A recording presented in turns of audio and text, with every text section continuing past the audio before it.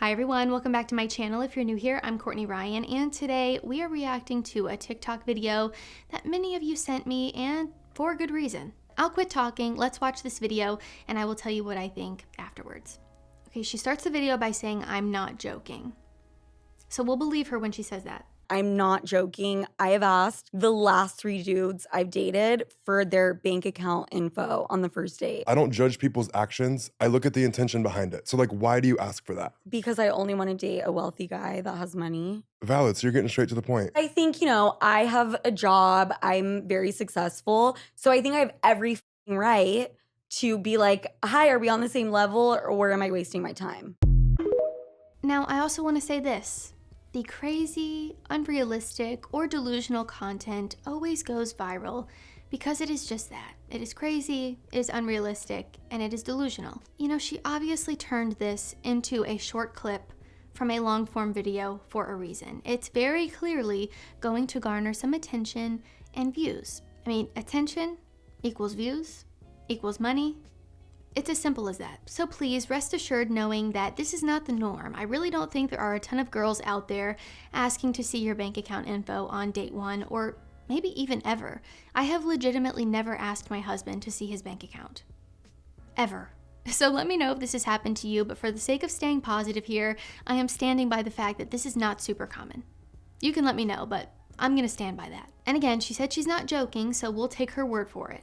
She said that she has asked this question to the last 3 dudes that she dated. So then that makes me think, is it not working out then? If you've had to ask 3 people this, like, is that maybe the reason why it's not working out?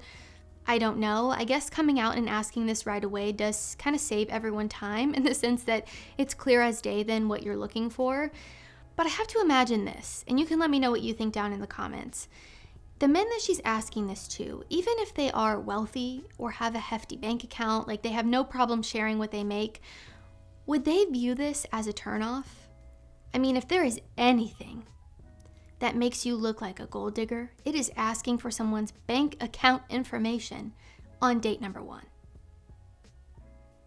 Like, men say a lot of things about, oh, women are gold diggers. Oh, if she wants a provider, that means she's a gold digger. If she likes nice things, she's a gold digger. No, not necessarily. But this one, I will say this though, just to play devil's advocate a little bit. I think it's fine that women want to date someone who is financially stable, who is financially independent, who is good with their money. Like, I think those are positive characteristics. I'm not telling women to go date broke people. But this question, asking someone for their bank account information on date 1, just makes it seem like money is all that you care about, which in my opinion is when it becomes an issue. If you want someone who's financially stable, financially independent, but you also care about a ton of other things, and you're caring about values, morals, life goals, contributions to the world, the bigger things that contribute to the longevity of a relationship, I get that. But if all you care about is what their bank account looks like, not so great.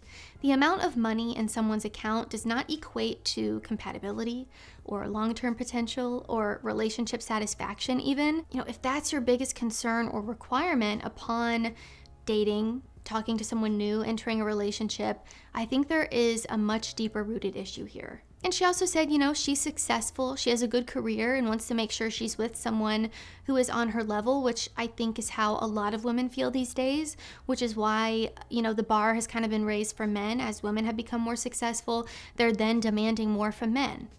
Even though they are more successful than ever before, they still want a man who is at their level or above for the most part. There are statistics about this. I can pop up on the screen for you. I don't know them off the top of my head right now. In marriages, men still tend to out-earn women by the majority here. There is a small percentage of women who out-earn their husbands, but it's significantly lower than the amount of men who out-earn their wives. So, I do understand to an extent wanting to be with someone who is at your level or above. Women typically date up in some way, shape, or form, as men and women value different things when they're looking for a partner. But money being the only driving factor is really setting you up for complete disaster and a strictly transactional relationship. I'm trying to think of an equivalent that men would ask women on a first date, and what instantly comes to my head is men asking women, what is your body count? Or how much do you weigh? Which women get so beyond upset about, but then find it okay to ask any type of question they please. You know, I'll say this, if we're getting to this point, we can't be cherry picking what we're okay with and what we're not, what works in our favor and what doesn't. If you're going to ask men these types of questions, don't be surprised when they ask you something in return. It's toxic all around. And I hate to see it, to be honest with you. And I also wanted to note a comment that her guest made. He said, "I don't judge people's actions, I look at the intention behind it." Which gives her a little bit of grace here. You know, they're recording a video. I'm sure he's like trying to be like, okay, but like explain that please, because it doesn't sound that good.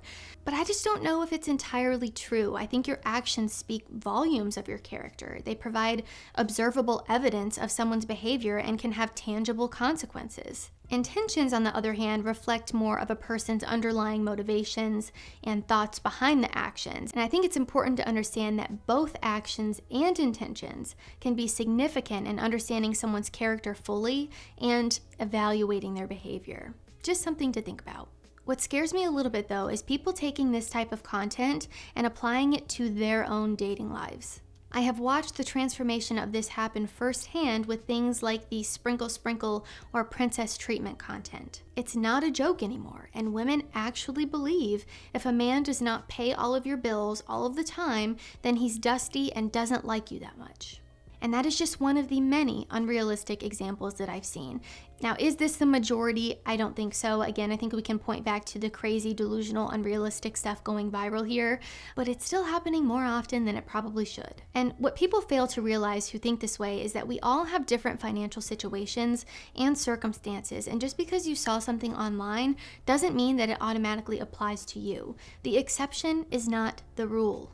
You know, back when I did my girl interviews, some of the girls said outlandish things. They wanted a man who made $500,000 or $1 million and had a Pagani BC and all of this crazy stuff.